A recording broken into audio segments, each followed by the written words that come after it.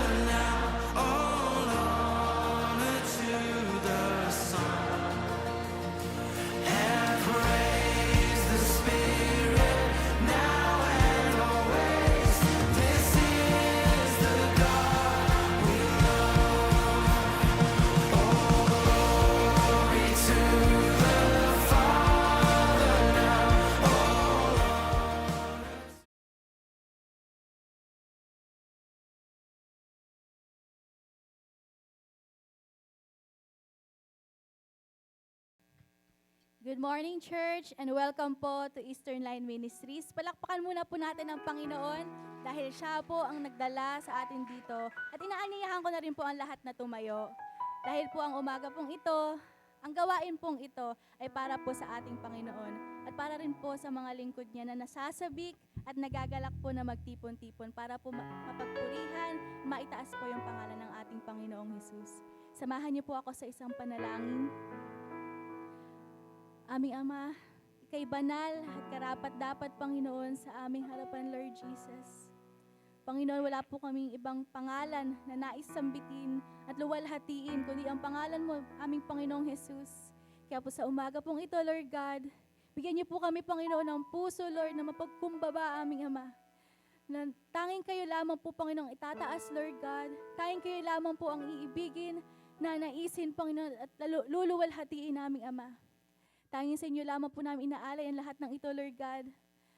Nawa po kami, Panginoon, ng bawat isa rito ay makaawit at makasamba, Panginoon, sa iisang espiritu at katotohanan naming Ama. Tayo yun, Panginoon, ay kami nakatingin lamang sa aming Panginoong Jesus. Tanging sa inyo lamang po namin binabalik ang pinakamataas sa pagsamba at papuri. In the mighty name of our Lord Jesus Christ, we all pray. Amen and amen. Palakpakan po natin muli ang Panginoon.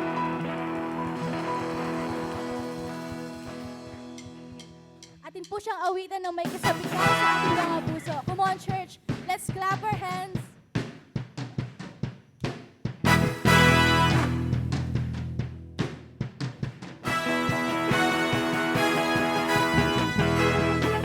Sambahin ka aming Panginoon. Aming Panginoong Jesus, karapat-dapat na ng God. Come on, church. Ako'y nananapig sa'yo pagbabalik.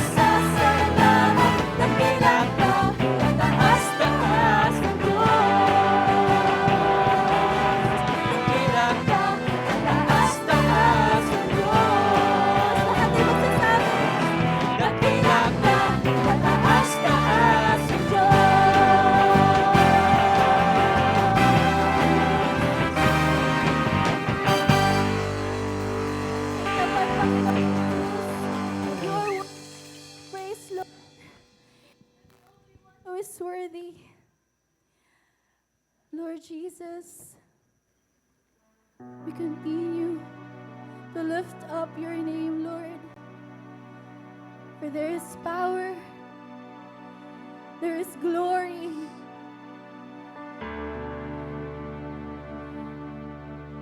in your wonderful name, Lord Jesus.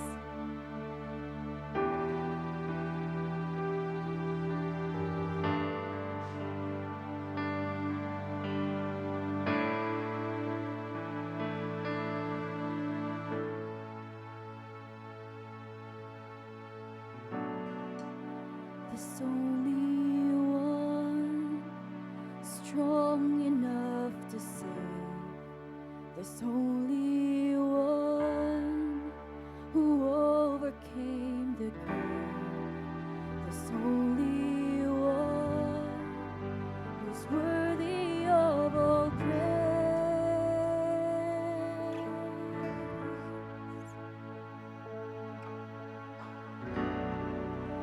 And in his hands the keys of death and hell, and in his name a power that can heal, and by his blood our sins are washed away. His name is Jesus. His name is Jesus. His name is Wonderful Counselor, Almighty God. His name is Jesus. His name is Jesus. His name is Wonderful Counselor, Almighty God.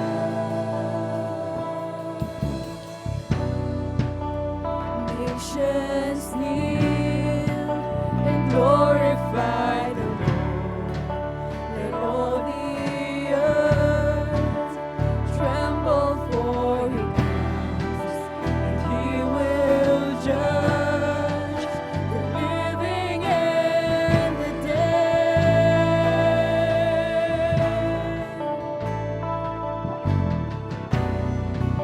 The Son of Man coming on the clouds,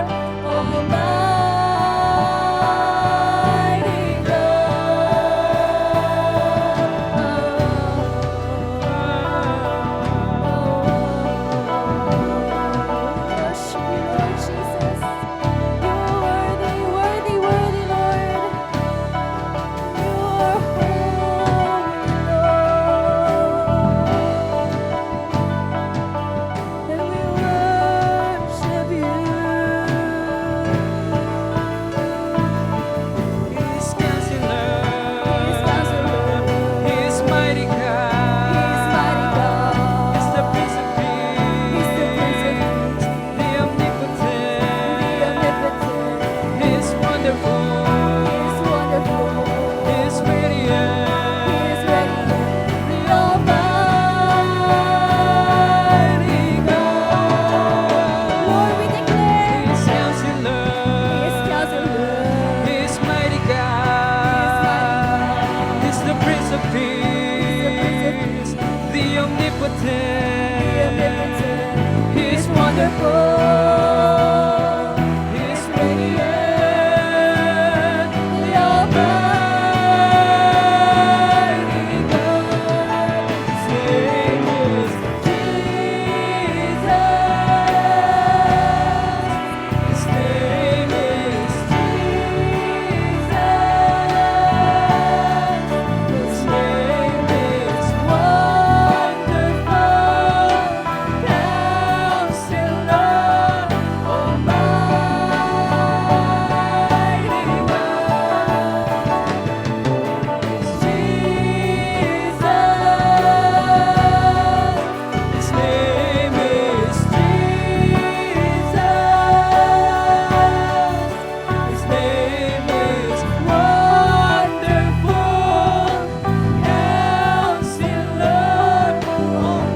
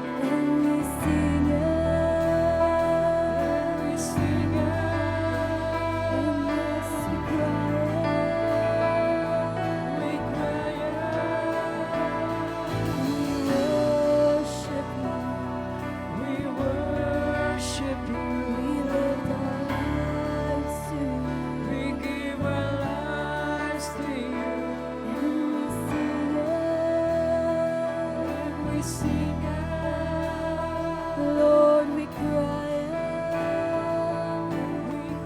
out. His name is Jesus. His name is Jesus. His name is Wonderful Counselor, Almighty. Every voice is sing. His name is Jesus. His name is Jesus. His name is Wonderful Counselor,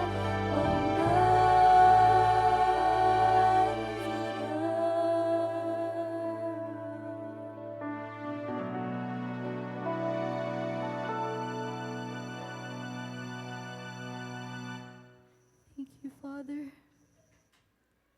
for giving us your Son, Lord.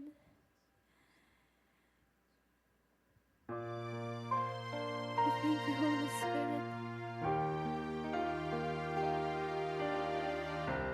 for bringing us into praise and worship.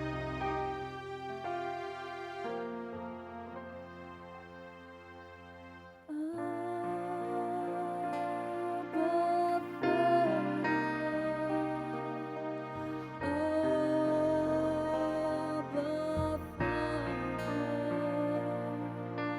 Father.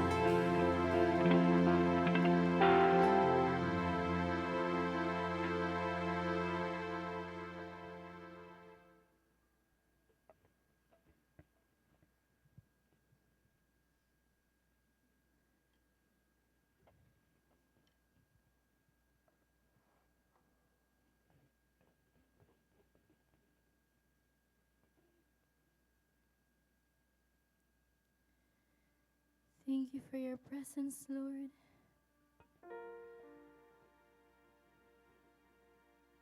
Thank you for your Holy Spirit, Lord, that is in us, Lord Jesus.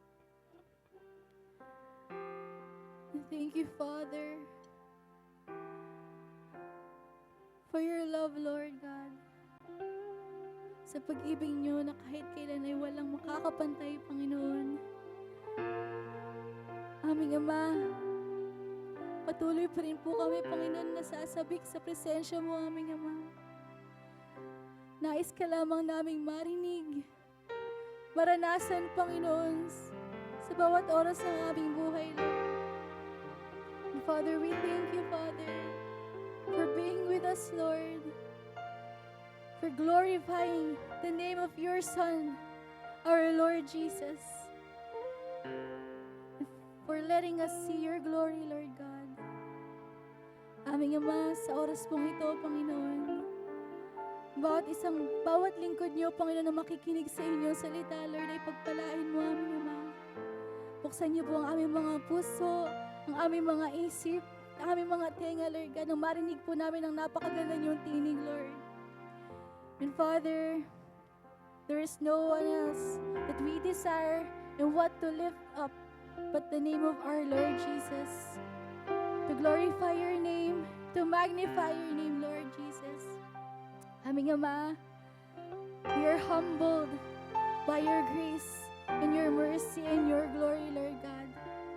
Tanging sa inyo lamang po namin, Panginoon, maingat na ibinabalik ang pinakamataas sa pagsamba at papuri, ang lahat ng kadakilaan at pagsamba. In the mighty name of our Lord Jesus Christ, we all pray. And everybody says, Amen and Amen. Dakilain ka, Panginoon.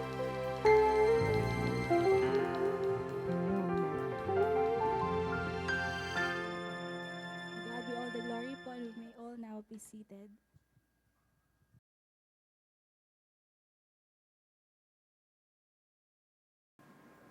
Ayon sa aklat ng Roma, pinapaalala po sa atin ng lumang tipan ay ibinigay po ng Panginoon sa tao ang batas, ang Ten Commandments, bagamat alam ng Diyos na hindi natin matutupad ang Ten Commandments. Pero ayon sa aklat ng Roma, Kapitulo 4, 5, ibinigay ng Panginoon ang Ten Commandments upang lumapit tayo sa bugtong na anak na si Jesus. Kasi wala na ho tayong pag-asa. Sabi ng Biblia sa Romans 3:23, ang lahat ay nagkasala at hindi umabot sa pamantayan ng Diyos. Romans 6:23, ang sabi naman doon, ang kabayaran ng kasalanan ay kamatayan. Lahat po tayo patay, hiwalay sa Diyos at impyerno.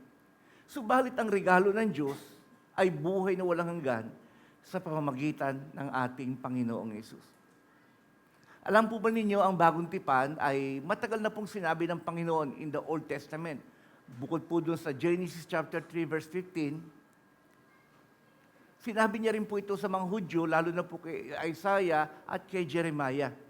Kung meron po kayong Biblia, samahan niyo po ako sa Jeremiah chapter 32, verse 40 and 41. Jeremiah chapter 32, verse 40. Patungo po na sinasaad ng Panginoon ang magpasawalang hanggang tipanan ng Diyos sa tao at ng tao sa Diyos. Pag sinabing covenant, it is a covenant. Tipanan, kasunduan po ito ng Diyos at tao. Hindi ng dispensation ay pakikitungo ng Diyos sa tao sa iba't ibang kaparaanan, sa iba't ibang panahon. Subalit ang covenant o tipanan ay pakipagkasunduan ng dalawang party, Diyos at ng tao, para huyang sa kasal. Na ang isang lalaki at isang babae ay nagkaroon ng tipanan na sila po ay magsasama at magmamahalan habang buhay. Nagkasundo po sila. Kaya sa tipanan din, covenant. At yun din po ang ginawa ng Panginoon sa atin. I will read to you Jeremiah chapter 32, verse 40 to 41. Sa English, papaliwanag. Sabi ng Panginoon, "And I will make with them an everlasting covenant, that I will not turn away from doing to them. And I will put the fear of me in their hearts, that they may not turn from me. I will rejoice in doing them good, and I will plant them in this land in faithfulness with all my heart and with all my soul." Pagpalain ng Diyos ang kanyang salita. Father God, we ask for your permission, O God, that we might use your holy name, as well as your holy word, that we learn, God, for might fear your name. Help us, O God, tulungan niyo po kami sitas ng banal na kasulatan, lalo na pagtipanan po ninyo sa amin bilang inyong bayan.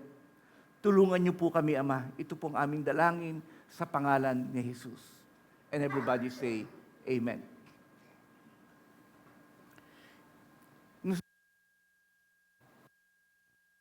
An everlasting covenant, the Lord is referring to the new covenant of our Lord Jesus sa bagong tipan.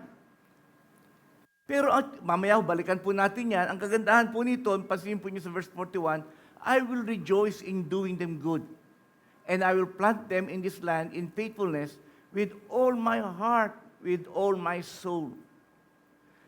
Ang problema po ng mga Hudyo ng panahon noon, nila Jeremiah, ni Isaiah, puro po sila reklamo.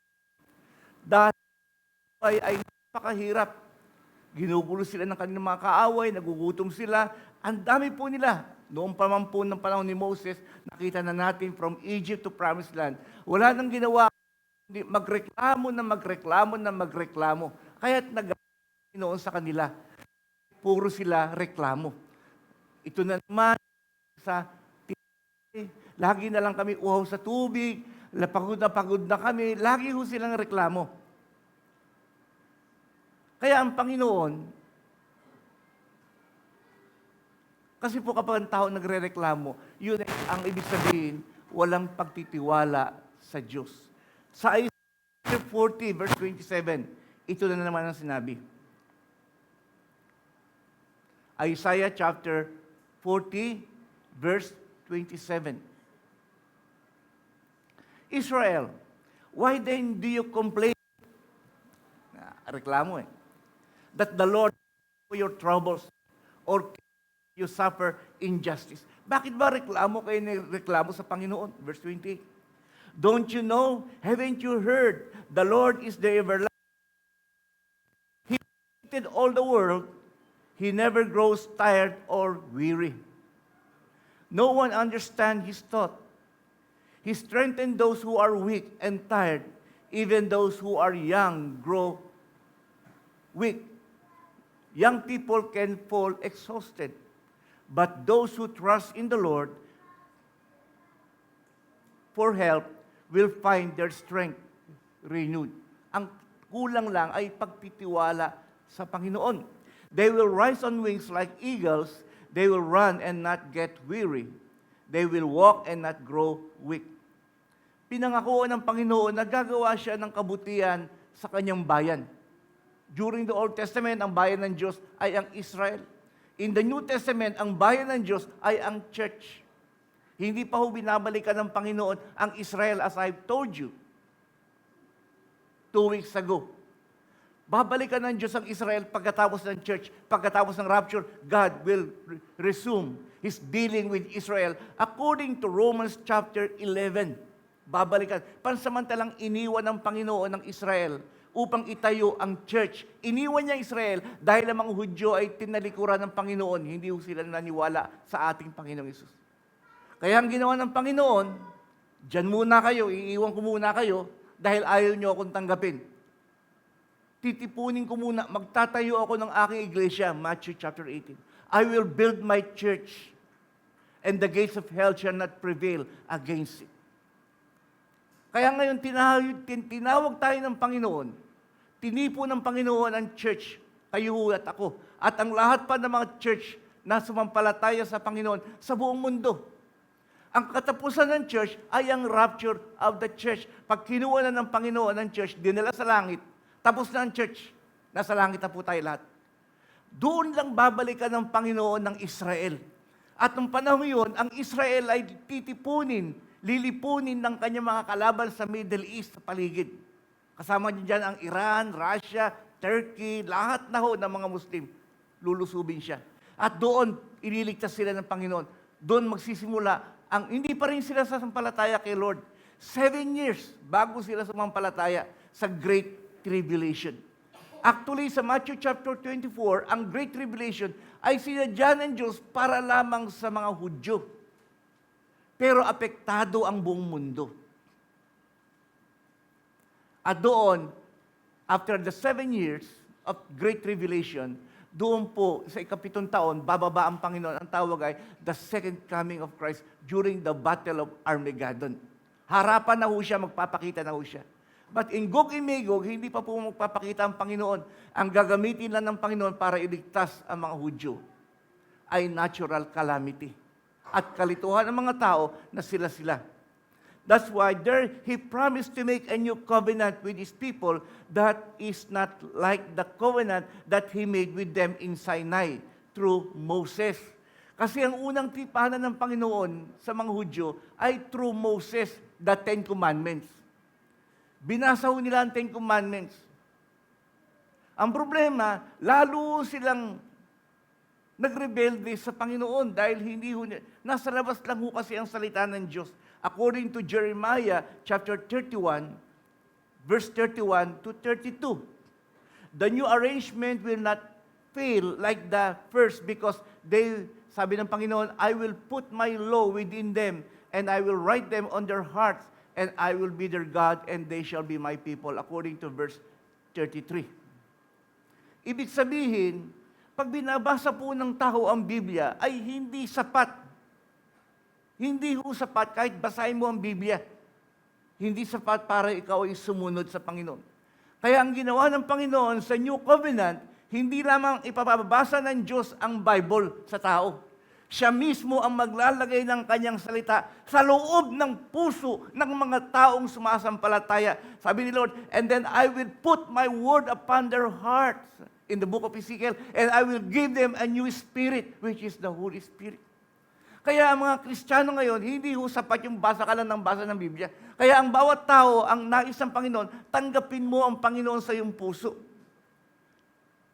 Bibigyan ka ni Lord ng bagong puso at bagong espiritu. Sabi niya, I will put my law within them, within their heart, and I will write them on their heart, and I will be their God, and they shall be my people. Kaya kita ho ninyo, sa Psalms 119, Thy word have I hid in my heart, that I might not sin against thee. Importante po iyon. Alam ng Panginoon, kahit basahin ng tao ang Biblia, walang mangyayari. Hindi siya magiging seryoso, hindi siya makakasunod sa Panginoon. Kaya ang dami mga tao sa buong mundo, basa ng Biblia, walang nangyayari. Because parang first covenant, pinakita lang ng Panginoon Moses sa mga tao ang Ten Commandments. Binabasa ang Biblia, pero hanggang basa lang ho sila. Wala ho sa puso.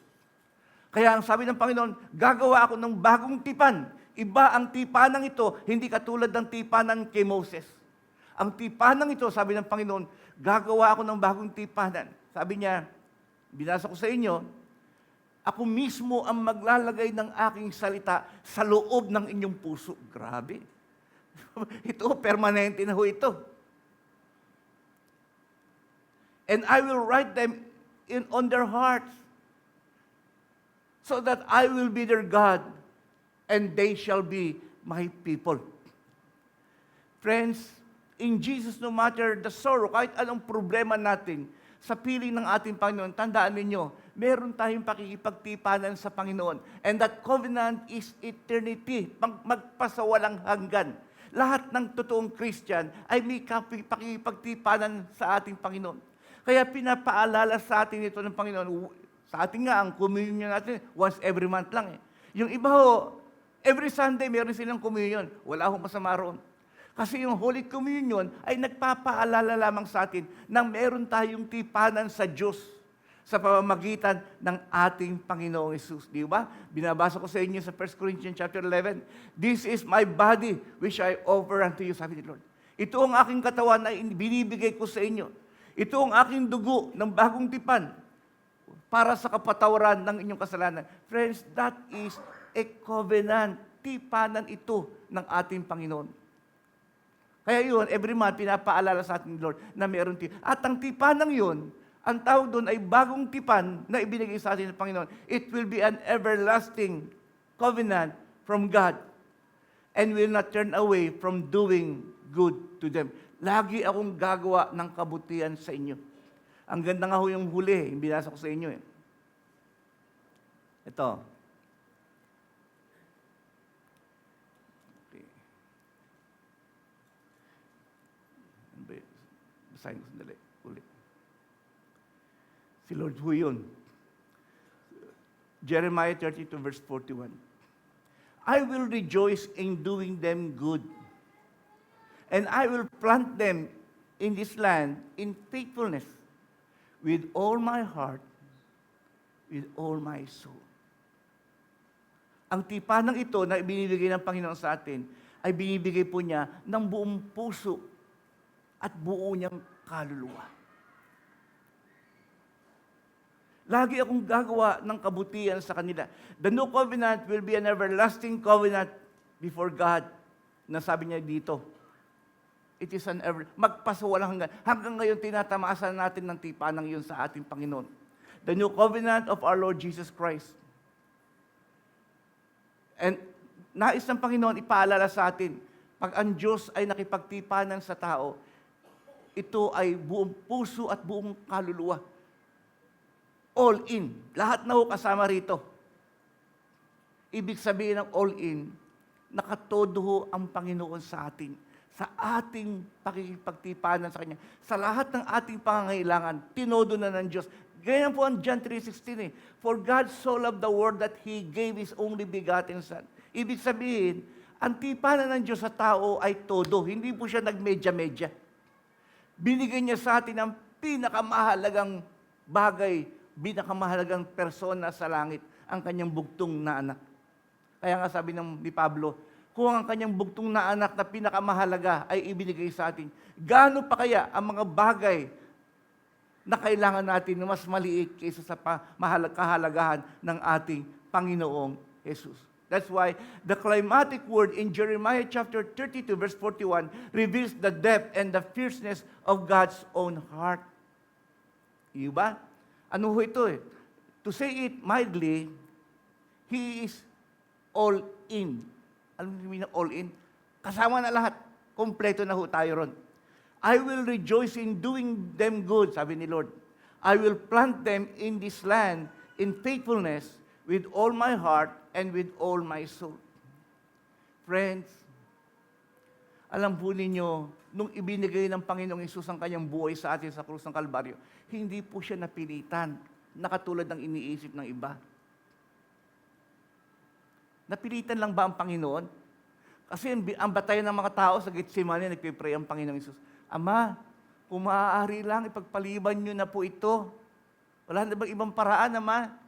Gayunpaman, hindi ang kalooban ko, kundi ang kalooban mo. Sinarado na ng Panginoon. Hinarap na niya ang krus ng Kalbaryo. Friends, nung ang Panginoong Isus ay nananalangin sa Ama, hindi po yung kaligtasan natin ang kanyang idinudulog.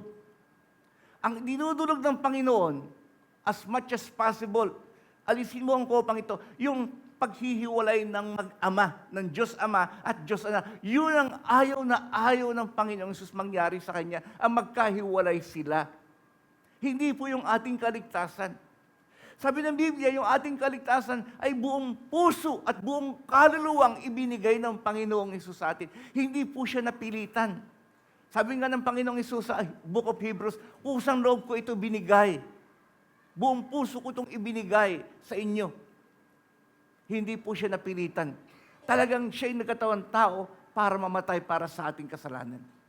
Kaya ko ito sinasabi sa inyo, gusto ko ma-emphasize, maliwanagan ninyo kung gaano tayo kamahal ng Panginoong Isus.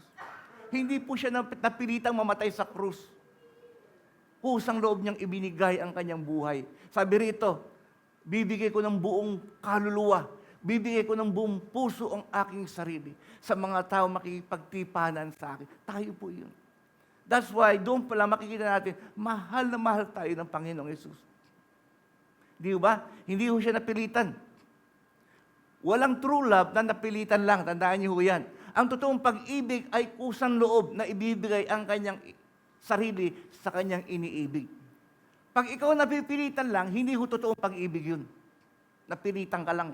Kahit sa mga nag-aasawa sa mga kinakasal, hindi naman, napipilitan akong pakasalan kasi may disgrasya na pakasalan na nga natin. Hindi ho pag-ibig yun. Napilitan lang ho siya.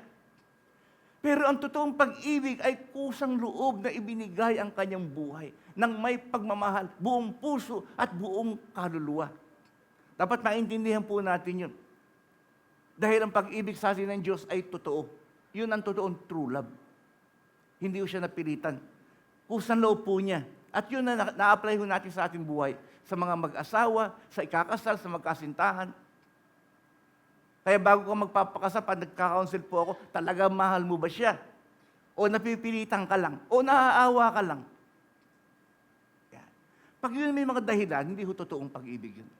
Kasi ang buong pag-ibig, sinabi na ng Panginoon, makikipagtipanan ako sa kanila ng buong puso at buong kaluluwa. Magpasawalang hanggan. Diyos kasi. Pero sa atin dito, habang buhay ang tipanan ng mag-asawa. Ayon sa Biblia. That's a friend for the day of adversity, priceless gift, and encouragement. And yet, another thing to have royal heart fully on your side. Ibig sabihin po, yung all-in, lahat na ibinigay sa atin ng Panginoon sa atin, ang pinapakita ho rito ay kagalakan ng Panginoon, natutuwa siya kapag siya ay gumagawa ng kabutihan sa atin. Hindi po siya even yung mga tulong ng Diyos sa atin, yung mga answered prayer, hindi po napipilitan ng Diyos. Tuwan-tuwa pala ang Panginoon kapag tayo nananalangin, tapos tinutuon niya yung ating panalangin. Tuwan-tuwa ang Diyos, binibigay niya sa atin to ng may buong puso at buong kaluluwa. Yun ang palatandaan ng pag-ibig ng Diyos sa atin. That's why in Jeremiah chapter 32 verse 41, yung binasa ko sa inyo, is an utterly certain, stunningly strong promise against any setback having the final word against you. Sa Panginoong Isus, no matter the sorrow, joy wins in the end. Lahat po. God has put His whole heart. Ako, pagka binigay ng Panginoon sa atin ang kanyang sarili ng buong puso. Kasi sa Ten Commandments, nababasa natin mahalin mo ang Diyos ng buong mong puso at buong mong kaluluwa. Pero dito pala, kaya pala ganoon ang pinagagawa ng Diyos, kasi minahal tayo ng Diyos ng kanyang buong puso at buong kaluluwa ng ating Panginoong Isus. He has put His whole heart and His whole soul behind all who trust in His beloved Son, Jesus Christ. Kaya yun po ibig sabihin ng Panginoon. Yes, ang mga Hudyo po, reklamo sila ng reklamo kasi ang dami ho nilang problema. But as I've said before, siguro mga last month, ang Diyos ay napakaraming tinig sa atin, hindi lang natin pinapansin. Di ba? 8 yata o 10 yun. Sabi ng Hebrews, may tinig ang Diyos sa mga salita ng Diyos sa mga propeta. Ngayon, may tinig ang Diyos sa Panginoong Jesucristo. May tinig ang Diyos sa Holy Spirit. Romans chapter 1, may tinig ang Diyos sa kalikasan. May tinig ang Diyos sa kanyang lahat ng nilikha. Lahat ng problema ay tinig ng Diyos sa atin. Ang Diyos ay nangungusap. There's a lot of ways, maraming kaparaanan.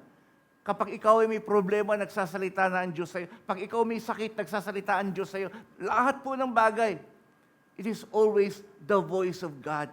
Kahit ang gusto ng Panginoong Hesus, mapakinggan natin po siya. Even yung nangyayari ngayon, akala ho ninyo yung gulo sa Middle East, it is the voice of God. Akin ang gulo sa Middle East, tinig na ho ng Diyos yun. Sa buong mundo, nagsasalita ng Panginoon, humanda na ang aking church, kukunin ko na kayo. Kasi yung po ang palatandaan ng Ezekiel 38. Lulusubin ng Israel, ng Arabi, ng mga Muslim, at iniligtas ng Panginoon. Pero bago ho mag-Gog and Magog, magra-rapture. Tinig na ho ng Diyos yun. Ang nakikita lang ng mga tao, ay, magulo, gera ng Amerika at Iran. Ganun lang. Pero beyond that war, hindi ho nila nakikita, may sinasabi ang Panginoong Hesus sa atin. Ako nga, binabasa ko yung Bible, sabi ko, grabe, yung Gog and Magog sa Ezekiel 38, yung north ng Israel, hindi lang mga pala Russia, Turkey. Kaya nung nagsalita po yung president ng Turkey, ito sabi niya, pag hindi nag-success ang peace talk ng Amerika at Iran, lahat kami, mga sundalo, lulusubin namin ng Israel. Millions of Turkeys. Sabi ko, grabe, ito yung Gog and Magog. Kasamang Iran, Russia, at marami pang mga Muslim. Yung pala yung bansa sa norte ng Israel. Ang ibang mga Bible scholar interpretation, Russia. Okay, Russia. Pero mas malayo ang Russia. Kaya lang yung president ng Turkey, nagsalita na. Kami mismo, lulusubi namin ang Israel. Hindi ho sa pamamagitan ng aeroplano, barko. Land. Kasi ang Turkey at Israel magkatabi. Wala hong dagat sa pagitan nila. Lulusubin lang nila through land. Lalakarin lang ho nila. Sabi ko, grabe, Gog and Magog ang dating. How do you know that? Yun sinasabi ko sa inyo, pag may mga problemang ganyan, nagsasalita ang Diyos sa atin. Sa akin, ang dama ko, pinaghahanda ng Panginoong Hesus ang kanyang church. Friends, yes, marami tayong mga problema. Pero nagsalita ang Panginoon eh. Bakit? Akala mo ba pinapabayaan kita? Di ba yung binasa ko sa inyo? Bakit kayo reklamo ng reklamo? Akala niyo ba pinapabayaan ko kayo? Alam ko lahat ng pinagdadaanan ninyo, sabi ng Panginoon, through the prophet Isaiah. Friends, faith is a matter of fighting. Ang ating pananampalataya. Paninindigan po natin ito. We must stand for it. We must live for it. Pananampalataya po ito. Gugulihin tayo ng mga problema upang ma-distract ang ating pananaw sa Diyos at paglapit. Upang ang mga Kristiyano ay magduda at magreklamo sa harap ng Panginoon. Kaya nga ang gusto ng Panginoon, let us live by faith and not by sight. The sin is not the things that you do. According to Romans chapter 7, ang kasalanan hindi dito na sa atin. Ganun po yun eh. Sa Bible po, ang mga tao, hindi ho nila alam ang kahulugan ng kasalanan eh. It is not just missing the point. Sa Bible, ang pinaka-main thing dito, yung hindi ka lang maniwala sa Diyos, kasalanan na ho yun. Yun ang pinakamabigat na kasalanan na hindi alam ng tao. Kaya yung mga atheists na hindi naniniwala sa Diyos, kasalanan na ho yun. Hindi ka lang maniwala sa Panginoon. Yung mga atheists, ang kasalanan nila, the sin of unbelief. By the way, yun din ang kasalanan ng mga Hudyo during the time of Moses. The sin of unbelief. Bakit ayaw niyong maniwala sa akin, sabi ng Panginoon? Bakit ayaw niyong maniwala sa mga ipinangako ko sa inyo? The sin of unbelief in the work of God at the cross of Calvary. Naniniwala po ba tayo sa ginawa ng Panginoong Hesus? The sin of unbelief in the Word of God. Yung iba nga, binabaliwala pa ang Bible, gawa lang daw ng tao. Kasalanan na kagad yun. Kasi sa atin, ang Bible ay gawa ng Diyos. Ginamit lamang ang kamay ng tao. 2 Timothy chapter 3, verse 16. 2 Peter chapter 1, verse 21 and 22. Ang Biblia ay salita ng Diyos. Gawa ng Diyos. Kaya ang Bible hindi pwedeng magkamali. Kaya pag may mga comment yung mga tao, naiinis ako. Nagkamali yung Bible. Pag sinabi mo nagkamali ang Bible, sinasabi mo, nagkamali ang Diyos. Kasi ang may author ng Bible ay Diyos. God the Holy Spirit is the author of the Bible, Holy Bible. 66 book.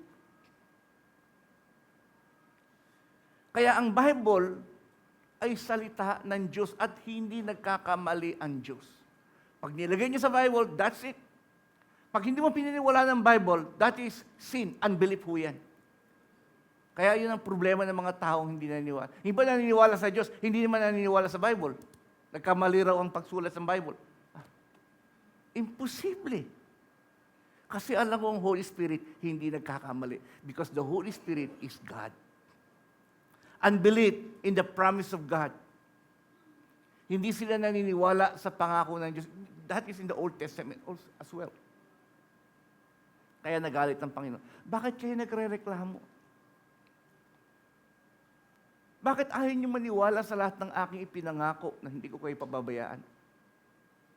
Kaya sabi niya, yun lamang ang nagtitiwala sa akin ang makararanas ng aking kapangyarihan pagtugon sa ating mga pananalangin. Friends, we had a lot of destruction in this life, such as hunger, poverty, war, problems, both natural and man-made. Halos lahat ng tao sa mundo, takot. Takot maghirap, takot magutom, takot mamatay, takot magkasakit. Why? Because they do not believe the Word of God. Ayaw nilang maniwala sa pangako ng Panginoon. Ayaw nilang maniwala sa pag-ibig ng Diyos. Ayaw nilang maniwala sa ginawa ng Panginoon. That's why kapag ikaw ay totoong Christian, wala ka nang kinakatakutan. I don't care. Hindi na tayo takot mamatay. Hindi na tayo takot mawalan ng pera. Hindi tayo takot magkasakit. Wala na tayong kinakatakutan because we trust in the promise and the love of God upon us. Pinagkakatiwalaan na po natin. Sapat na yung salita ng Diyos.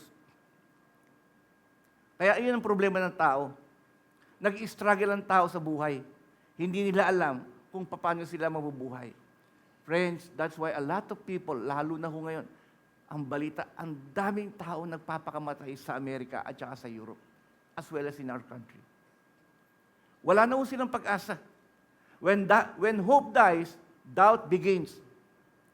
Pag namatay ang pag-asa ng tao, wala na ho, nagdududa na ho siya. That's why one of the most important distinction we have learned, especially in Jewish history, is the difference between optimism and hope. Anong po yung ibig sabihin ng optimism? Ito yung pinagpupulutan ng mga taong buhay nila, optimist. Optimism is the belief that things will get better. Ibig sabihin, optimism, umaasa sila sa swerte. Kaya maraming tao tumataya sa loto. Baka sakaling manalo. Malay mo, baka swertihin tayo. Kawawa yung mga tao umaasa sa swerte. An optimist. Pero ang Christian, hope. Hope is the faith that together we can make things better. Ang pag-asa na galing sa Biblia ay umaasa sa Diyos. Yung optimist, umaasa sa swerte. Mamili kayo. Sa inyo gusto umasa? Sa swerte o sa Diyos? Mamili lang kayo. Kaya maraming tao taya ng taya sa loto. Baka swertehin eh. Kawawa naman taon. Walang inaasahan, swerte, optimist siya. Paano kung minalas ka? Di malas. Di wala rin pag-asa. Sige, mag-ibang bansa ka na lang, baka mag-abroad ka, baka sakaling swertihin ka. Ang friends, ang Christian, hindi ka lang. That's why 1 Corinthians chapter 13, ibinigay ng Diyos sa lahat ng Christian, love, hope, and faith. As long as a Christian lives, meron tayong love, hope, at faith. Kahit na tayo'y dumadanas ng kahirapan, yung pag-asa hindi nawawala. Kasi yung pag-asa, umaasa lang sa Diyos. Hindi po sa optimist. Hindi tayo umaasa sa swerte o malas. Yan ang hindi naintindihan ng tao. Kaya nakakaawa ang mga hindi Christian. Baka sakali. Anong mahalin mo? Baka maawa. Anong mahalin mo? Baka swertihin tayo. Kahit pagbubukas ng negosyo, karamihan sa mga tao umaasa lang sa swerte at malas. Pero pag nagbukas ka ng negosyo at pinagkatiwala mo sa Panginoon, hindi ka umaasa sa swerte o malas. Umaasa ka sa pag-asa na ang Diyos ay tutulungan ka. Friends, yun po yung ugnayan ng Diyos. Kasi ang Diyos nangako na hindi ako mag-aatubili, hindi ako manghihinahin na gumawa ng kabutihan sa aking bayan. Lagi akong gagawa ng kabutihan dahil bibigay ko ang kanilang kailangan at ang kanilang kabutihan ng buo kong puso at buo kong kaluluwa. Di ba? Pinangahawakan natin po ay ang salita ng Diyos. Yung pangako ng ating Panginoon. That's why optimism is a passive virtue. Hope is an active one. Friends, kaya lahat tayo may iba't ibang uri ng problema, pinahihintulutan ng Diyos yan. Upang turuan tayo. Remember, we have talked 2 Sundays ago. Because we are all disciples of our Lord. Ang mandate ng Panginoong Hesus sa Christianity is not only conversion. Tinawag ka ng Panginoon, pinili ka so that you might become a disciple of our Lord Jesus. Matthew 28. Make disciple of all nations, baptizing them in the name of the Father and of the Son and of the Holy Spirit, teaching them to observe all that I have told you. Behold, I am with you always until the end of time. Matthew 28. Kaya lahat po tayo disciple. Kaya lang itong problema natin. Tatapatin ko na kayo. Pag disciple ka ni Lord, you will always learn from God. At ang paraan ng pagtuturo ng Panginoong Hesus sa atin ay hindi lamang sa pamamagitan ng Bible. Ayun, basa-basa na naman. Kaya basa. Wala nangyayari, basa ng basa. The process of God's discipleship, according to the Hebrew in the Old Testament, is through experience. Kaya nung ang Panginoong Hesus nagkatawang tao, dinidisciple niya ang 12 apostol. Dadalhin niya sa dagat na may bagyo. Dadalhin niya sa bundok na walang pagkain. Dadalhin niya sa lahat ng gulo. That they might learn. Gugutumin ka talaga ng Panginoon para matuto ka na ang tao hindi lamang nabubuhay sa tinapay kundi sa salita ng Diyos. That is the teaching of God. Kaya mga apostol, katakot-takot na hirap ang kanilang inabot. Why? Because the Lord is teaching them something. Remember, Matthew 11:28. Come unto me, all of you are heavy laden, I will give you rest. Learn from me. Yun na naman, lumabas na naman yung learning. Pagka-learning. Pag ang Diyos nagtuturo, problema ang kanyang kaparaanan para tayo turuan. Sa secular world, pag tinuturuan tayo, aklat ang ibibigay sa iyo. Magle-lesson tayo. Dalhin niyo yung mga libro ninyo. Kaya lang, theological, lang ho yun, theory. Walang katiyakan. Pero yung experience, ibang klase, di ba? Kahit sa pag-apply ng trabaho, mas naniniwala ang mga employer kapag ang empleyado nila ay may karanasan. May karanasan ka ba sa mekaniko? Hindi po, nag-aral po ako ng auto mechanic. Wala akong pakialam kung nag-aral ako. Meron ka bang karanasan? Actual, na nagbuo ka ba ng makina? Hindi, mahina ka. Theory lang ang alam mo. Pero yung totoong buhay, hindi mo alam. Ganun po ang Panginoon. Ang dali lang mo magbasa ng Bible, magbasa ng aklat. Pero yung actual na may problema ka sa buhay, yung may cancer ka, yung wala kang pera, iniwan ka ng asawa mo, wala kang pagkain, yun ang actual. Paano mo ngayon ipamumuhay ang iyong pananampalataya? Doon gagalaw ang Diyos. That is through faith alone. That's why the storm of life reveals the following things about us. Number 1, the nature of our faith. Do you believe in God? Ulitin ko Pag hindi ka naniwala sa Diyos, kahit wala kang ginagawang kasalanan, nagkakasala ka na kaagad. Ganun ho kasimple. Even Adam and Eve, hindi sila naniwala sa sinabi ng Diyos. Pag kinain yung bunga ng punong kahoy na yan, patay kayo. Akala ni Eva at Edan, pag kinain natin, tatalino raw tayo. They do not believe the word of God. They believe the word of Satan. Magiging Diyos din kayo pag kinain niyo yan. Kaya nagkasala sila. Kaya yung hindi ka lang, kaya mahirap eh. Kaya ako lahat nakalagay sa Bible, pininiwalaan. Pag ikaw pumipili ka lang ng paniniwalaan mo at hindi, nagkakasala ka na. Dapat lahat ng nakalagay sa Bible, pininiwalaan dahil ito ang salita ng Diyos. Disbelief in God is already a sin. Naku, sa Amerika, halos lahat ng mga artista ron, mga atheists, sabi ko, kawawa itong mga taon. Ang yayaman nila, mga sikat sila. Pero hindi sila naniniwala sa Diyos, walang kakwenta-kwenta ang kanilang pera. Number 2, the strength of our commitment. Seryoso ka ba sa Diyos? Kasi maraming Christian nga, hindi naman seryoso sa Diyos. Paminsan-minsan nagpe-pray, minsan nagbabasa, minsan sumusunod, minsan hindi. They're not serious with God. And number 3, the level of maturity. Are you growing in God? Duwalago po ba tayo sa Panginoon o hindi? Number 4, the healthiness of our attitude. Do we trust in God? And number 5, the measure of our teachability. Are you depending upon God or not? Yun po. Para makita natin ang ating sarili. Kasi ganun po ang Diyos sa atin kung magturo. Kaya nakikita natin ang ating sarili, lahat tayo kulang pa rin.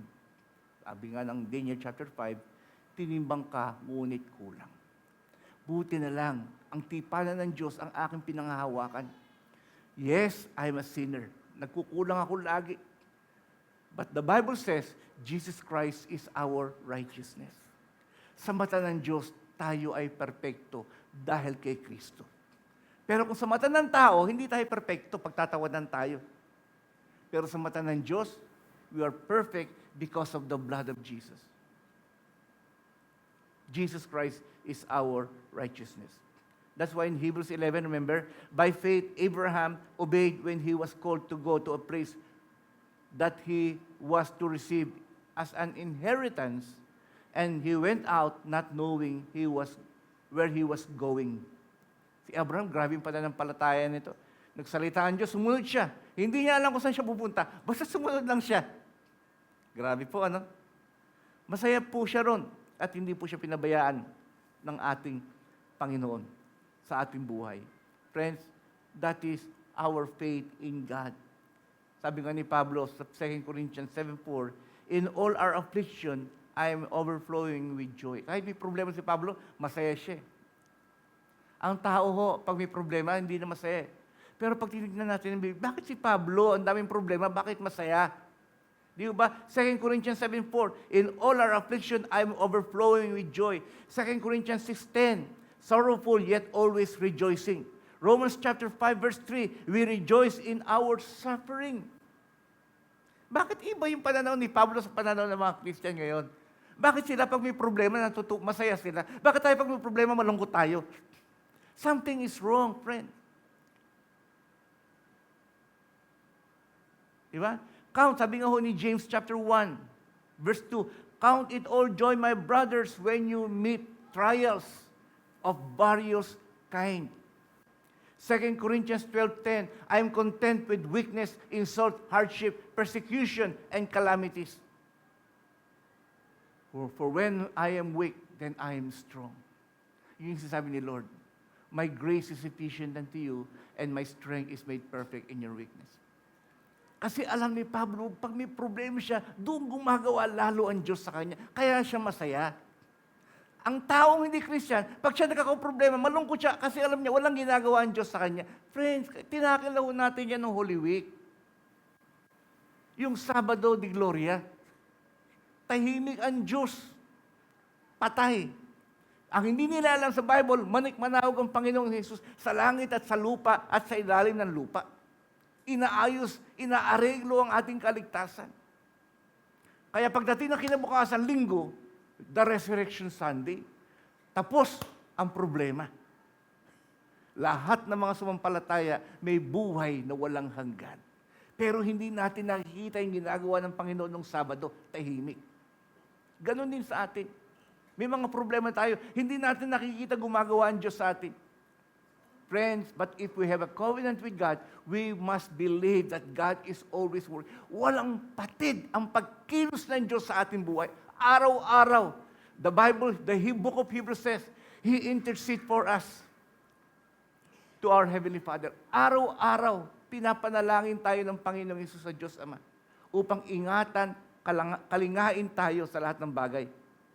Sabi nga doon sa Hebrews 10:8, verse 34, you joyfully accepted the plundering of your property. Hindi, inawalan na nga sila ng mga property, nawalan na ng pera. Ay, ang sasaya pa rin nila. Pero tayo, pag nawawalan tayo ng property, ang lungkot-lungkot natin. Sabi ko, ba't ganun? Something is wrong. Bakit ganun si Pablo magsalita? Ang mga apostol. Why? Because they trust the living God. Pinagkakatiwalaan nila ang Diyos. Na ang Diyos ay gagawa sa buhay natin, mga anak niya. Friend, because this is an everlasting covenant. Tipanan po ito.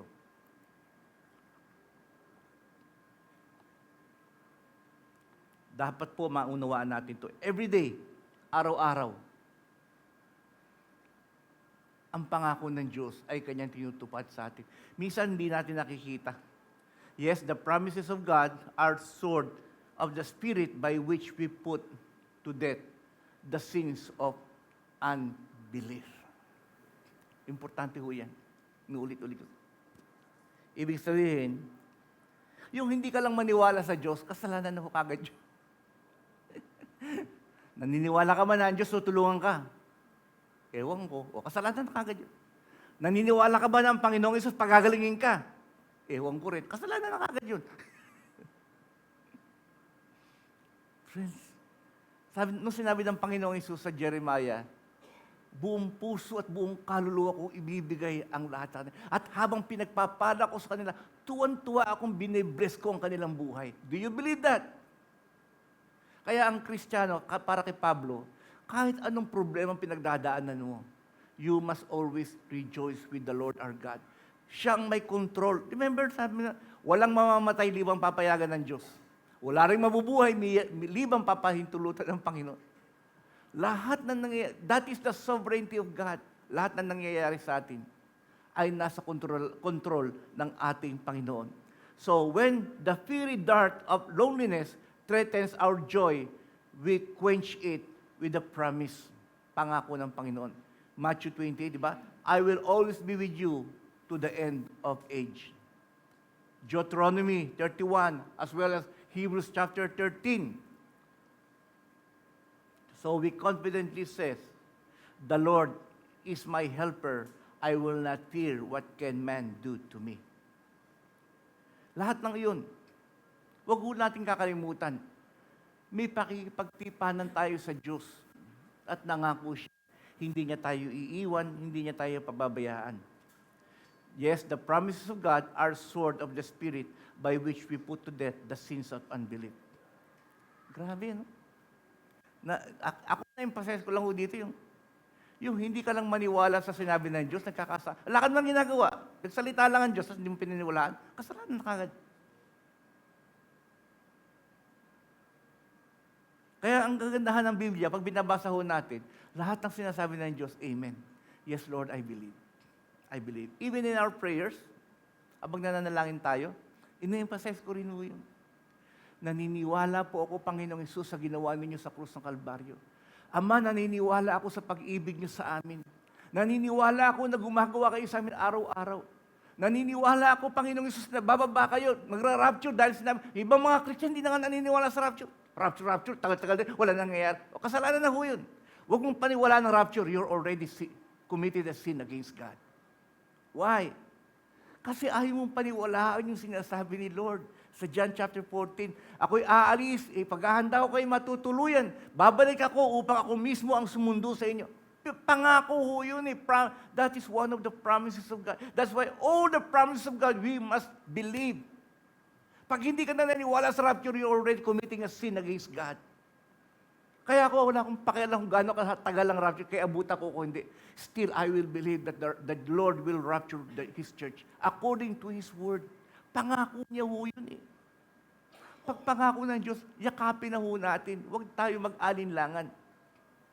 Pag sinabi ng Panginoon, hindi kita pababayaan, hindi kita iiwan, pangako ho yun. Panghawakan po natin. Pag hindi na ho natin pinanghahawa, pag hindi na natin pininiwalaan ng Diyos, para na rin tayong atheist, walang paniniwala sa Panginoon. Friends, that is God. Hindi siya titigil. Philippians 1:6, He who began a good work in us will perfect it until the day of our Lord Jesus. Siya lang po naman talaga nagsimula ng mabubuting bagay sa atin. Ang pangako ng Diyos, ako, anak, ang nagsimula ng lahat ng mabubuting bagay sa iyo. Tatapusin ko ang sinimulan ko hanggang sa wakas. Ibig sabihin, Jesus Christ our Lord will continually work for us. That is His covenant. Kaya mabigat ang salitang covenant o tipanan. Ang tipanan po, ito po ay sa kinakasal, ito po ay isang sumpaan na pakikipag-ugnayan ng dalawang party. This time, it is between God and us. Ang nakipagtipanan sa atin ay ang Panginoong Hesus. Dapat po paniwalaan natin. At tutuparin ng Panginoong Hesus ang lahat ng Kanyang ipinangako sa atin. Di ba? Kaya sa mag-asawa, masakit eh. Nagsumpaan kayo sa harap ng altar. Tapos hindi naman kayo naging tapat. Lumabas, traitor ang isa. Nanloko ang isa. Samantalang tipanan yun. For better or for worse, till death do us part. That's it. Pattern lang ho yun. Pero sa Biblia po talaga, ang tipanan ng Diyos sa atin ay seryoso. Friends, sa akin ho, na-touch ang puso ko, sinabi niya, buong puso kong ibibigay sa inyo ang aking sarili at ang aking buong kaluluwa. That is my covenant to you. Kasi ako, pag nababasa ng Bible, pinipersonal ko eh. Sabi ko sa inyo, when you read the Bible, make it more personal. Hindi na ho tayo nagbabasa ng history. Pag nagbabasa tayo ng Bible, si Lord na po ang kausap natin. Wala na mga apostol, wala na mga propeta. Si Lord Jesus Christ mismo. Katulad na sinabi niya kay Pedro, do you love me? Peter, do you love me? Sa akin, hindi na ho si Pedro ang binabasa ko. Yung pangalan ko na ho nakalagay sa Bible. Godi, do you love me? Yes, Lord. Do you love me? Yes, Lord. Do you love me? Yes, Lord. I love you. Tapos sasabihin, kung ano man sabihin niya sa akin, yun. Kung talaga mahal mo ako, anak, ito, gawin mo. Sa akin ho, sa inyo, sinabi ko sa inyo. Mahal mo ba ako? Yes, Lord. Ang sabi sa akin ng Panginoon, pakainin mo ang aking mga tupa. Kayo po yun. Kaya takot ako pag wala akong may pakain sa inyo. Umiiyak na lang ako. Sabi ko kay Lord, paano ko silang papagpapala kung hindi mo pagpapalain? Paano ko ipapahayag, Panginoon, ang iyong salita kung hindi kayo magpapahayag sa akin? Lahat naman ng pinapakain ko sa kanila, Lord, galing sa inyo. Sa inyo lang ako umaasa. Kaya yun ang ibig sabihin, that is personal. Pag binabasa natin ng Biblia to make it our personal devotion with God, nagiging totoo. Basahin niyo uli, John chapter 21. Do you love me? Huwag niyo na banggitin yung pangalan ni Pedro, pangalan niyo na lang. Do you love me? Ulit-ulit yun. Do you love me? 3 times. Tapos may papagawa si Lord sa inyo. Hindi ko alam kung ano yun. Ewan ko na kung gagawin nyo. Kasi yun ang ibig sabihin ng pag-ibig eh. Sumusunod tayo sa ating Panginoon. He took hold of you, that's why you can take hold of Him. Di ba? Friends, I will end with this. If God calls us, He keeps us. Ulitin ko sa Tagalog. Kung tayo po ay pinili at tinawag ng Diyos, tiyak, pangangalagaan niya tayo. Nasa Bible po yan. 1 Corinthians chapter 1, verse 8 to 9. The Lord will sustain you to the end. Hanggang sa wakas guiltless in the day of our Lord Jesus Christ. God is faithful by whom you were called into the fellowship of His Son, Jesus Christ our Lord. Gusto nyo, Tagalog pa natin? Maliwanag naman ho yun. Kayo'y gagawin niyang matatag. Yan. Kailan? Hanggang sa wakas. Upang matagpuan kayong walang kapintasan sa araw ng ating Panginoong Hesus. Tapat ang Diyos na tumawag sa inyo upang makipag-isa sa kanyang anak na si Jesucristo na ating Panginoon. 1 Thessalonians chapter 5, verse 23. Puro scripture na lang ito, panghawakan na lang ho natin.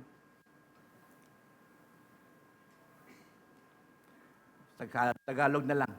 Naway lubusan kayong gawing banal ng Diyos na siyang nagbibigay ng kapayapaan at naway panatilihin niyang walang kapintasan ang buo ninyong katauhan, ang espiritu, kaluluwa at katawan, body, soul, and spirit. Blameless. Sinong gagawa nun? Si Lord. Hanggang kailan? Hanggang sa pagparito ng ating Panginoong Hesus. Tapat ang tumawag sa inyo at gagawin niya ang mga bagay na ito. Faithful is He, and He will surely do it. Hindi no, tinutuldukan ng Panginoon yung mga pangako niya. Tapat ang Siyempre, sino ba tumawag sa atin? Si Lord ang tumawag sa atin. Di ba? Pag ang Diyos ang tumawag sa atin, siya ay tapat at tiyak gagawin niya. May mga sabi-sabi nga mga tao, sabi nila yung pananampalataya raw po, galing sa tao. Kaya raw tayo sumampalataya sa Diyos kasi pinili natin ng Diyos. Sabi ko, wala sa Bible yun. Sa Book of John, sabi ni Lord, hindi kayo ang pumili sa akin, ako ang pumili sa inyo. Hindi, kaya nga tayo may pagsampalataya sa Diyos. Friends, even our faith is also a gift from God. Kasi remember Ephesians chapter 2, you're saved not by any good works. You're saved by faith in Christ Jesus. It is only by the grace of God. Why?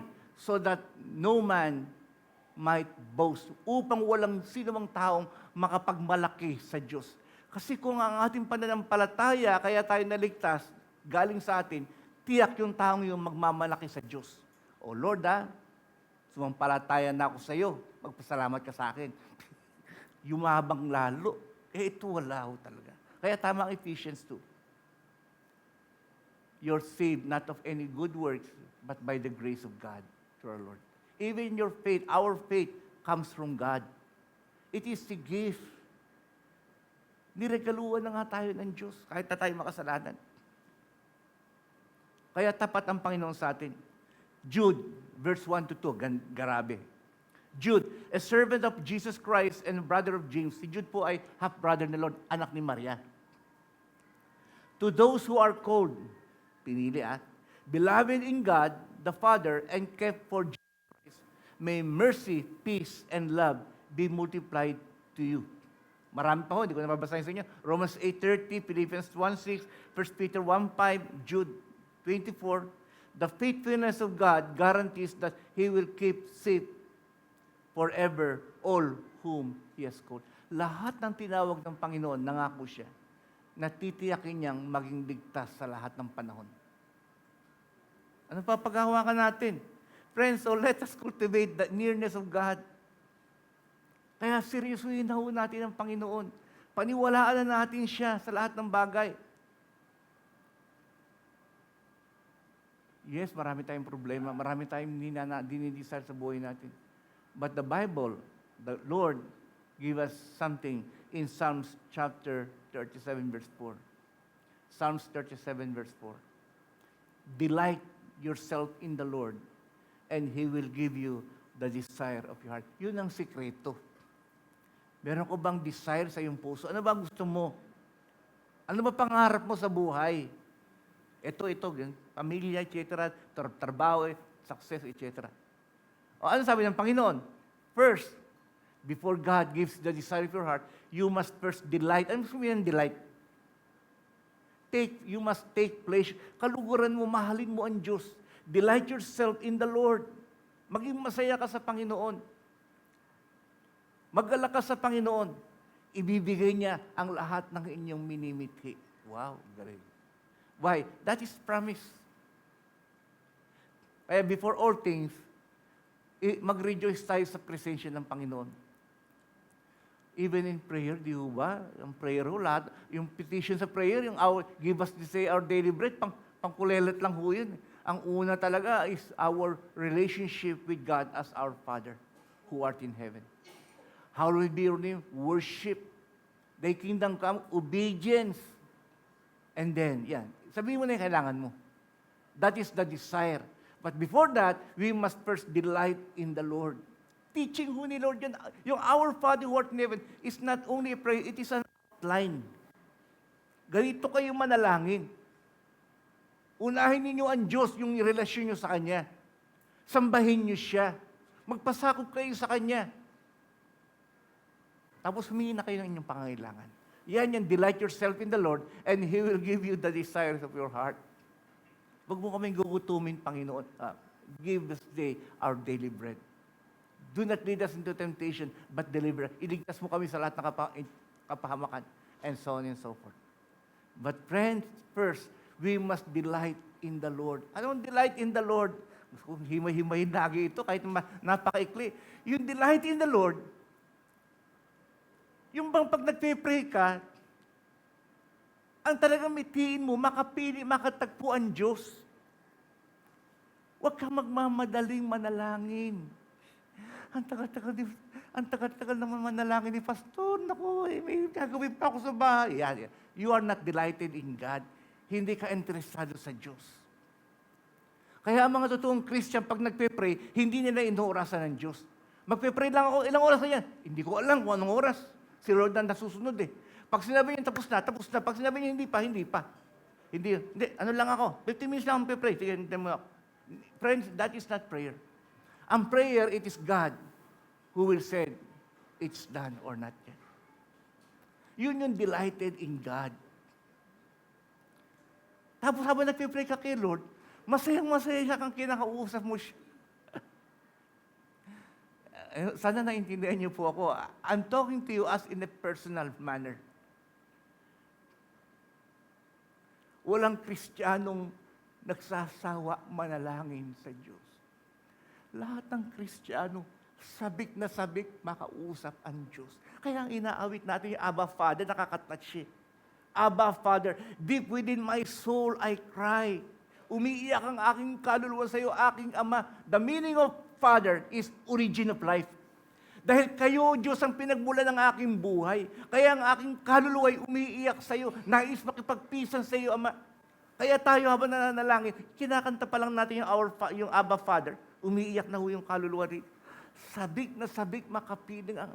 Sumasagot na lang ang Holy Spirit, Anak, konting panahon na lang, makakapiling mo na ako. Ang Panginoong Isus, anak, sandali na lang, magkikita na tayo ng personal. Hindi ko ba nare-realize yun? Magtiis ka pa, anak. Magkikita lang, magkikita. I will see you face to face, Lord. Sabi nga ng isang awit, face to face, Lord, I want to praise you. Face to face, I want to worship you. Face to face, I want to be with you. Lahat gusto ko, harap-harapan. Personal po yan. That is delighted in the Lord. Gusto ko experience sa inyo yung delight yourself in the Lord and He will give you the desire of your heart. But yung word na delight ay napakalalim. Hindi pinagsasawaan ng Diyos. Hindi pinagsasawaan ng Word of God. Hindi pinagsasawaan ng prayer. Kundi ang mitiin talaga sa buhay ay makatagpo at makapiling ang Diyos. That's all. Kahit makalimutan mo yung petisyon, sabi doon, God will give the desire of your heart. And what is your desire in your heart? Yun na, petition na yun. Yung family mo, yung negosyo mo, etc. Yung asawa mo, yung anak mo, and so on and so forth. That is then, God will give you the desire of your heart. But first, you must first delight yourself in the Lord. Lahat na huyatan ng Tagalog, iniisip ko na, kahumalingan o yung mawili ka, mababaw yung mga Tagalog natin. Yung English yun, talagang in the Spirit, nauunawaan po natin, delight yourself in the Lord. Kagiliwan mo ang Panginoon ng buo mong puso. That's why God loves us so much. Friends, I will end with this before we pray. Seryosuhin po natin ang Panginoon, especially now, in our end time. Lahat po ng kanyang pangako, panghawakan natin. Yung kanyang ginawa, paniwalaan natin sa krus ng Kalbaryo. Yung kanyang pagbabalik sa rapture, paniwalaan natin. Lahat ng bagay. At nangangako ang Panginoon, buong puso at buong kaluluwa kong ibibigay ang aking sarili sa inyo nang may kagalakan. Yung bang pag pinibless tayo ni Lord, tuwan-tuwa siya. Hindi siya yung napipilitan lang. Tuwan-tuwa ang Diyos na tayo ay kanyang pinagpapala. Let us please bow down in prayer.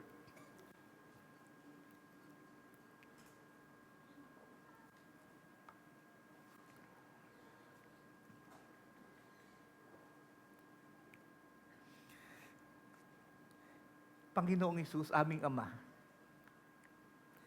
pinaniniwalaan namin ang lahat ng inyong salita, ang lahat ng inyong sinasabi. Pinaniniwalaan namin, Panginoong Hesus, ang ginawa ninyo sa krus ng Kalbaryo para sa amin. Ama, naniniwala rin kami sa inyong dalisay na pag-ibig sa amin na walang katapusan. Lahat ng ginagawa ninyo, lahat ng sinasabi ninyo, ay aming pinaninindigan at pinanghahawakan. Kanya naman kami po ay lumalapit sa inyo sa umagang ito, O Diyos, aming Ama. Dalisayin niyo po ang aming mga puso. Katapuin niyo po ang aming buhay. Turuan niyo kaming matuto, Lord God, nakagiliwang kayo sa pang-araw-araw naming buhay. Sapagkat naniniwala kami sa lahat ng inyong pinangako na inyong tutuparin sapagkat kayo ay nananatiling tapat magpasawalang hanggan. Idinadalahin ko po sa inyo, Ama, ang mga anak niyong ito na tinubos ng banal na dugo ng aming Panginoong Hesus, ang Eastern Light Ministries. Maging ang mga nanonood, Panginoon, na pinili po ninyo sila upang maranasan ang dakila ninyong pag-ibig. Ang iba sa kanila, Ama, ay may mga sakit at may karamdaman. Inuhubahaya pa rin namin, naniniwala pa rin kami, Panginoong Hesus, na kayo ang dakilang manggagamot. Abutin sila ng inyong mayamang awa, hipuin ang buong katawan. Pag hinumi niyo po, Panginoon, ang kanilang sugat at mga sakit, naniniwala kami sa inyo na ibinibigay niyo sa amin ang aming kagalingan ng may kagalakan para sa inyong kaluwalhatian. Idinadalangin sa inyong bawat pamilya na may mga suliranin sa pinansyal o sa relasyon. Pakiayos niyo po ang aming mga buhay. Wala po kaming kakayanan ayusin ang aming nagulong buhay dahil sa aming mga kasalanan. Patnubayan niyo po sila at pagharian ng bawat tahanan. Amang Banal, dalangin namin ay lagi kayong maluwalhati sa lahat ng aming iniisip at sinasabi, sa lahat ng aming kabuhayan. Pangunahan niyo po kami. Tulungan niyo po kami maging malapit lalo sa aming Panginoong Hesus at malaging mararanasan ng inyong katapatan saan man kami naroon, ano man ang aming pinagdadaan ng problema, tatamasahin namin ang katugunan ninyo sa aming pananalangin. Ama, sapagkat kayo ay nananatiling tapat sa amin. Maraming salamat po. Ingatan niyo ang mga anak niyong ito. Tugunin niyo po ang kanilang mga pananalangin. At ang Eastern Light Ministries, isang maliit na iglesia ninyo, Panginoon, na walang ibang inaasahan kundi kayo, ay inyo pong kalingain. Pagpalahin niyo po ang iglesyang ito sa pamamagitan ng kapahayagan po ninyo sa aming puso upang kayo ay aming maranasan. Salamat, Ama, pagpalahin niyo ang iglesyang ito. Gamitin niyo po ang bawat isa sa amin bilang alulod ng inyong pagpapala, alulod ng inyong pag-ibig. Matuto kami magmahalan sa isa't isa. Tanggapin niyo po, Ama, ang kanilang mga tithes and offering, love gifts, pledges, dahil nais namin maging bahagi kami ng inyong gawain. Upang saan man kami naroon, maituturing niyo kaming iyong kapamilya, O Diyos. Maging pagpapala kami sa lahat ng bagay para sa inyong karangalan. Ama, salamat. Tinutugon niyo po ang panalangin ng inyong mga anak.